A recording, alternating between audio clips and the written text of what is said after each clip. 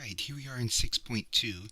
This is trigonometric equations, which is a little bit different than what we did just a section ago. In a section ago, we were finding something very specific, the arc sine or sine inverse, the arc cosine or cosine inverse, which had very specific outputs. Now we're going to be solving equations which could have an infinite number of answers, right? So it's the difference between solving this, y is equal to the square root of 4, and then this, y squared is equal to 4. They're different. So for example, this first one, which I'll call number 1, y is equal to the square root of 4, the only answer is 2 because this square root is just like the arc sine. It can only spit out one answer, the principal square root, or positive 2. Y squared is equal to 4 has two answers. One way to see those two answers is through factoring. Y squared minus 4 is equal to 0. Y minus 2 times y plus 2 is equal to 0. So y is equal to 2, or y is equal to something we never picked up over there, a second answer of negative 2. That's the way these are going to feel. This is where we were, using an inverse function like the square root, the principal square root, or we were using cosine inverse, sine inverse, tangent inverse, secant inverse. Those have one answer and one answer only because they're functions, to solving an equation which has more than one. And so you'll be using your factoring skills and all that stuff that you used in algebra here. We always want exact answers, so we don't want you turning to a calculator. They're going to keep it within the realm of our memorization, I think, for the most part, but we'll see. So let's take a look and see what we get out of these equations. So 2 sine x plus 3 is equal to 4. You just solve for x. So the first thing that we're going to do is isolate the trigonometric function. So what do? We bring over the 3, let me get a pen here. 2 sine x is equal to 1 by moving over those 3's. So sine x is equal to 1/2. Now let's pay attention to the directions. Solve each equation for x such that x is in 0 to 2 pi. So they only want the solutions that are within 0 to 2 pi, because this thing has an infinite number of solutions. There's an infinite number of angles in the first and second quadrant that will satisfy this. So in particular, let's grab the one from the first quadrant. So if we're isolated from just the first and second quadrant, right, I want to get every time it's equal to 1/2. So we go to our memorization. We know that x is equal to pi over 6 gives us a 1/2. And we also know it's going to be positive in the second quadrant. So this is it. These are our two answers. Why am I saying there'd be an infinite number of ones? If that restriction of 0 to 2 pi was not there, then we'd also name something like 13 pi over 6, 2 pi later from pi over 6, or even 17 pi over 6, 2 pi later than 5 pi over 6. And we're going to see that in future sections. They're going to have us list them all out. And obviously we can't list an infinite number of things out, but we will be able to put some notation in there that will give us them all. In fact, you've already done it before in our class. So they're not asking for these additional ones. We always want to pay attention to the directions. And so the directions are saying to give them between 0 and 2 pi. Pay attention to the directions. The directions are asking for the angles in radian form. If you give them to me in degree form, I will mark off a point. It needs to be what they asked for. And sometimes that point's half the problem, so be careful. Make sure you're answering the question. So if we look over here, we have a cosine squared minus cosine. This is screaming to us to factor. So this is 2 cosine squared x minus cosine x minus 1, because you know you'll never factor unless you have a 0 on one side. You know that this factors as 2 cosine x plus 1 times cosine x minus 1 is equal to 0, because you did factoring. You did this for 2 classes.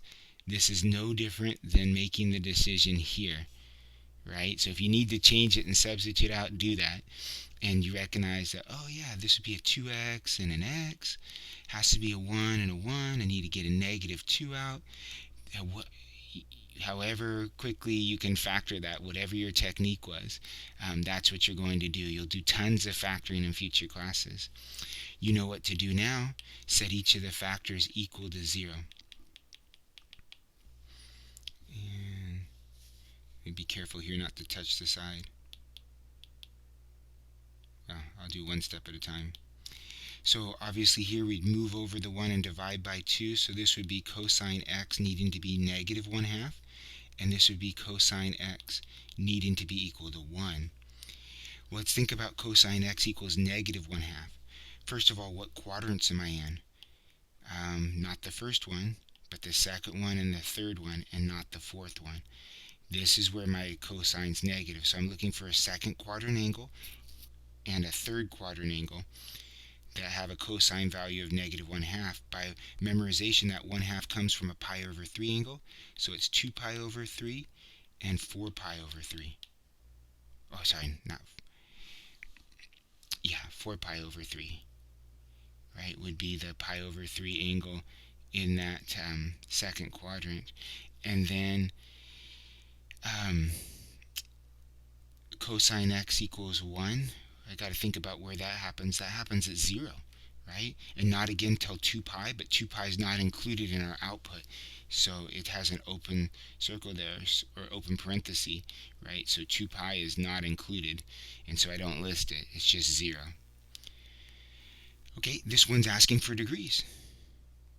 So on the exam, the numbers will work out, so no calculators are needed. That's not we want the thinking aspect of everything. When does cosine theta equal negative root 3 over 2? I'm not sure why they gave us such a big area. So that's a 30-degree reference angle. I'll start writing that out. Well, cosine's negative in quadrant 2 and in quadrant 3. So a 30-degree reference angle in quadrant 2 would be 150 degrees, 30 degrees back from 180, and 30 degrees in front of 180, 210 degrees. Those are your two answers. 150 degrees and 210, just twice in that region. Can't be quadrant 1 and can't be quadrant 4, because that is where cosine's positive. Okay, so it says this: solve each equation x in radians and theta in degrees. So this is straight out from the book, and for all exact values. So even in this section, we're going to be doing all exact values. Note the homework says to round. Obtain exact answer first, then round your homework answer. Right answers using the least possible non-negative angle measurement. Round degrees to the nearest tenth and radians to 4 decimal places. So we will be putting everything in exact answers. It is leaving it open to the fact that sometimes it's something that we don't know, but I think with all of these, we want you to have exact values, the ones that we'll put on the test. So we'll model that here. So this is a theta, so it's going to be in degrees. And so the book does this. So tan theta, we're looking for when tan theta is negative 1. Well, let's think about when that happens. So that happens, tangent's negative in quadrant 2 and in quadrant 4. It's negative, right? Because all students take calculus. So that's 135 degrees. And then also, if we move back, 345 degrees. Now, they want all of them, right? So let me make sure that we're highlighting that. They want all exact values. Well, what's the period for tangent? This is going to repeat itself every pi n. Oh, but not pi in this case. Apologize. Because we have things in degrees, the period of tangent is 180 degrees n. Now, the one last thing you need to check for is duplication. Always check for that in tangent and cotangent, because I'm sure you have it. I will not accept this for full credit, because look what happens when you take 135 plus 180. 135 plus 180 is the 345. There's a duplication. You don't need this second piece. They won't put it, and neither should you. This is enough to capture every answer. So let's look at why. This is 135 degrees, and this is the 315 degrees, right? So let me just make sure that's what I had. Oh yeah, apologize. This should not have been 345. I'm not sure what I was thinking of. This should have been 315. Okay, sorry, it's too early in the morning. 315 degrees. If you add 180 to 135,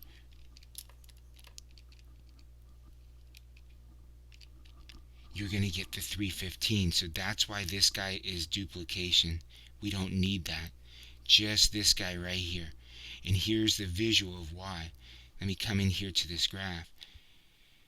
The 135 is right here. The 315 is right here. So we can get to every one. Now what's another one? When we go beyond 360 and end up here.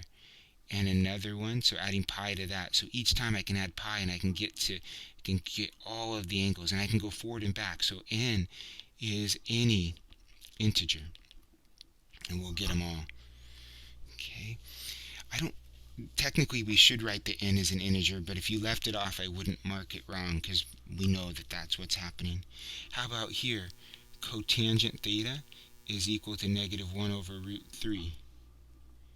To me, I think better in tangent, so I'm looking for tangent theta being equal to negative root 3. So where does that happen? Tangent theta, where's the first time it happens? In the second quadrant. And so you're going to know, hey, with tangent, I only have to list one, because I can get the other within 360 by just adding 180 degrees, or pi radians. And so that is a 60-degree reference angle.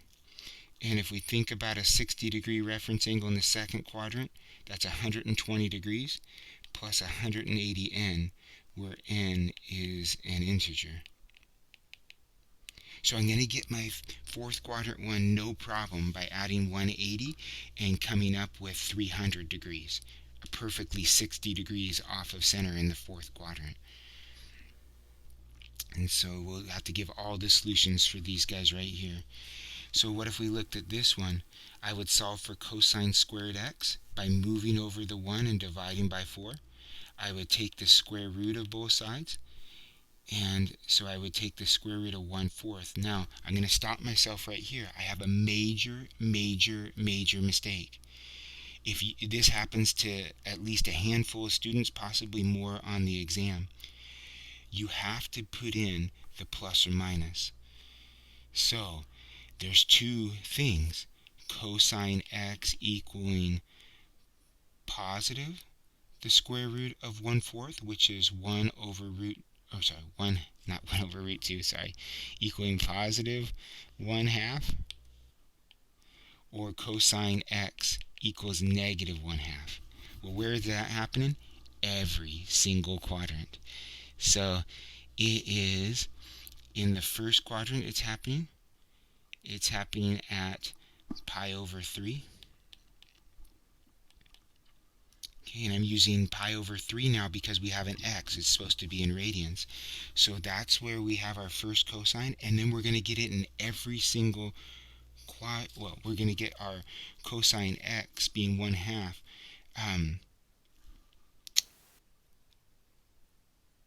in every quadrant. So it happens at pi over 3, at 2 pi over 3, right? It would be negative. And then, so if we look at this one's going to happen at every n pi. And this one's going to happen at every n pi. So here's pi over 3. And we're going to pick up another one down here. Now this one's going to be negative, so let's be really careful here, because it's not going to make much sense what I'm saying here, because I'm blending two ideas, and I apologize for that. Let's just worry about what if it was just cosine x is equal to 1/2.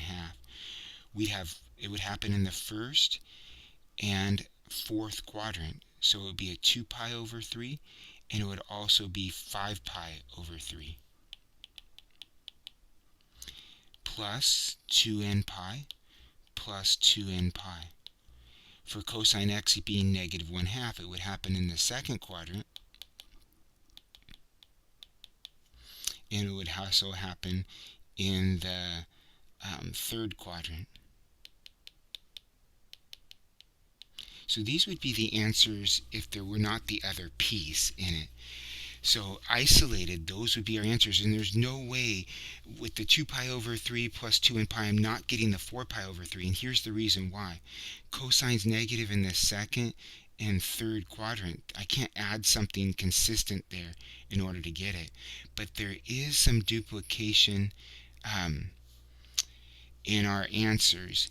For example, when there's multiple ones, we have to ask ourselves, is there duplication? Is there maybe not even duplication, is there an easier way to say this? And the answer is yes. Because it's happening in every quadrant, we should look for, is there an easier way to state this? What if I took out the n and just added, well, I'm sorry, not the n, I took out the wrong thing. What if I took out the pi? I'm sorry, not the pi. What if I took out the 2? What is pi over 3 plus pi? Well, it's 4 pi over 3. And what's 4 pi over 3 plus 5? What plus pi? Right? Well, that brings me back to 7 pi over 3. So I'm going to get everything with that n pi, and it's going to cover all of these guys right here. Then I have to think, but I never touched the 2 pi over 3 or the 5 pi over 3. Then let's play the same game with 2 pi over 3. And let me show this one off. 2 pi over 3 plus pi. Did it work? Here's plus pi. Yes, I get another angle. Plus another pi would bring me into the next quadrant, the next rotation. So this one's duplication. And so they'll only have these two in the back. Again, if they were alone, if it was just cosine x equals 1/2, we would just be listing out those.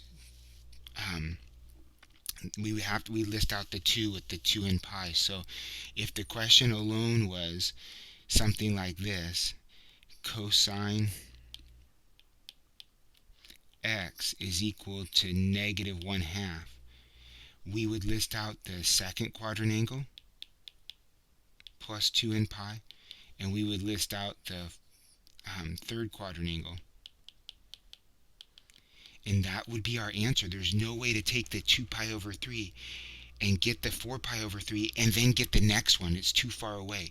So if from a visual standpoint, if you were able to find that distance right there and add it, that same distance won't bring you all the way back to the next time it happens. And so they have to be two disjoint ones. What's happening here and why we can get by, if I draw a picture of why we could get by with less, we had angles in every quadrant. And so what's happening is I can get to this one, and then this one, and then this one, and then this one. And I can get to here and there, and just by something small. And so that's why we're able to do that. And so they want us to think about what we're writing as we go through this section. And it's good, mathematical type of thinking. And we don't want you to get frustrated with it, because it's supposed to help us out. So I need to know when cotangent is equal to negative 1. Oops, cotangent of x. That's the same where tangent x is equal to negative 1. So we think about tangent, and that is happening the first time it's negative 1 is in the second quadrant. It's always a 1 at a pi over 4 angle. So we're looking at 3 pi over 4. And the period of the period of tangent is just pi. And so that's all of our answers. That simple. Cosecant of x being equal to negative 1. Apologize. Let me take a step back. Cosecant of x minus 1/2 needs to also be equal to 0. That's where cosecant x is equal to positive 1/2.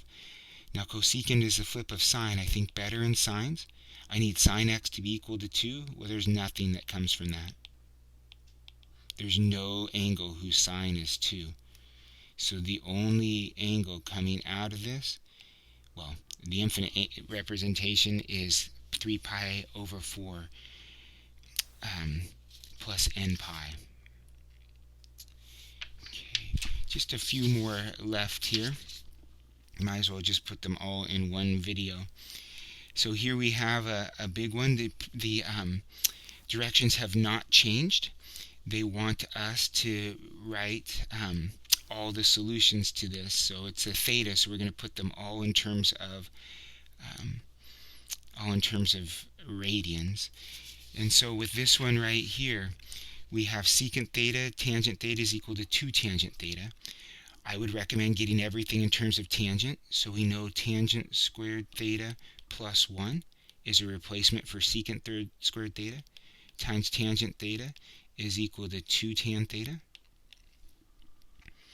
So if I distribute through, that's tan cubed theta plus tan theta is equal to 2 tan theta.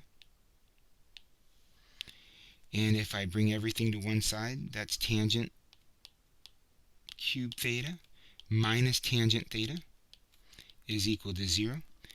If I factor, I can pull out a tangent theta and be left with tangent squared theta minus 1 is equal to 0. Well, we can work with that. So that is where, let me come up here, that's where tan theta is equal to 0, or tan squared theta minus 1 is equal to 0. Well, this one, where is tan theta equal to 0? Well, it's at 0 and every n pi later, so there's part of our answers.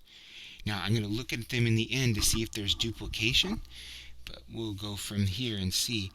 Where is tan squared theta minus 1 equals 0? Well, whenever tan squared theta is equal to 1, or whenever tangent theta is equal to the square root of 1, or tangent theta is equal to negative 1. Right? Tangent theta is equal to 1. So from here, you would take the square root of both sides, remembering your plus or minus, and I'm splitting those pluses or minuses. Where's tan theta equal to 1? At pi over 4. Where's tan theta equal to negative 1? The first time that happens is 3 pi over 4. Okay. And that should cover us all, the 3 pi over 4 plus n pi. I don't think there's an easier way to state that. As we look at those angles, especially in terms of pi, so I would be shocked if they didn't have all three of these representations in there. Those are the angles, and there's an infinite number of them that would make that equation true. Okay, so here they're trying to so they want to make sure that you realize that you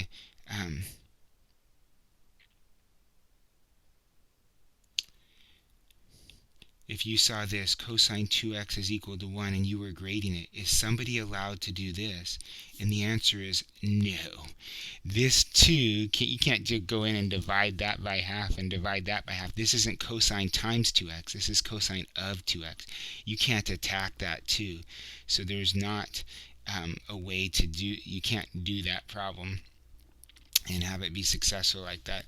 The other issue is there's 2 times that cosine x is going to be equal to 1/2 in 0 to 2 pi, so they're not even listing out all solutions even with their mistake. So I don't know why we have that aside. Here we have another problem. 6 cotangent x cosine x minus 3 cotangent x is equal to 0. Let's factor and see what we get. We can pull out a 3 and also a cotangent x, and then we have a 2 cosine x minus 1 is equal to 0. We can work with that. We could have 2 different trig functions, so we shouldn't think that we have to get it all in the same. In this case we didn't. So that means 3 cotangent x needs to be equal to 0. or cotangent x needs to be equal to 0. And 2 cosine x minus 1 equals 0. Move over the 1, positive 1, divide by 2, 1/2. So if we go to the cotangent x first being 0, now we've got to look at the directions again. They don't want all solutions. They want just the ones between 0 and 2 pi. So where is cotangent x equals 0? Cotangent is cosine over sine. So it's wherever cosine was 0. And cosine is 0 at pi over 2 and at 3 pi over 2. And where is cosine x equal to 1/2? At pi over 3 and 5 pi over 3. Those are the 4 answers. And we're finished. So they're going back to the 0 to 2 pi. And now they want all exact values again. So they'll bounce us back and forth in the homework. So if we want all exact values, we've got this tangent. We need to know where tangent x is equal to negative root 3. We may have that memorized as a pi over 3 reference angle. Pi over 3 is the one that gives us a root 3 out of the tangent, but it can't be pi over 3 because that won't be negative, so we got to go to the next quadrant where tangent's negative, and that's 2 pi over 3. And that can happen, tangent's period is pi, so that'll happen every n pi, and we're done. Here we would factor. So it's going to factor. There are factors of 2 that add to be 3. So we know it's a 2 sine theta and a 1, a sine theta and a 1. They're both the same sign because they're working together to produce a 3. So we need to know where 2 sine theta minus 1 is 0 or where sine theta minus 1 is 0. Well, that's when sine theta is equal to positive 1/2, and this is where sine theta is equal to 1. So if we think about 1/2, that's going to happen with pi over 6 plus 2n pi, and it's also going to happen at 5 pi over 6 plus 2n pi. When sine theta equal to 1, it happens at pi over 2 plus 2n pi, and never again. These are your answers. There's no duplication there. I can't work to get from a first to a second and then back to the first quadrant. There won't be a consistent number. And so these are our answers right there. There's no way to more simply write that. There's no duplication happening either. That's it for this section. So it's just playing around with these equations, really going through your memorization. It's trying to help you remember these angles because they know you're going to need them in future classes. And it's also trying to just help us remember our algebra skills and our thinking skills. Our critical analyzing skills is what's needed here.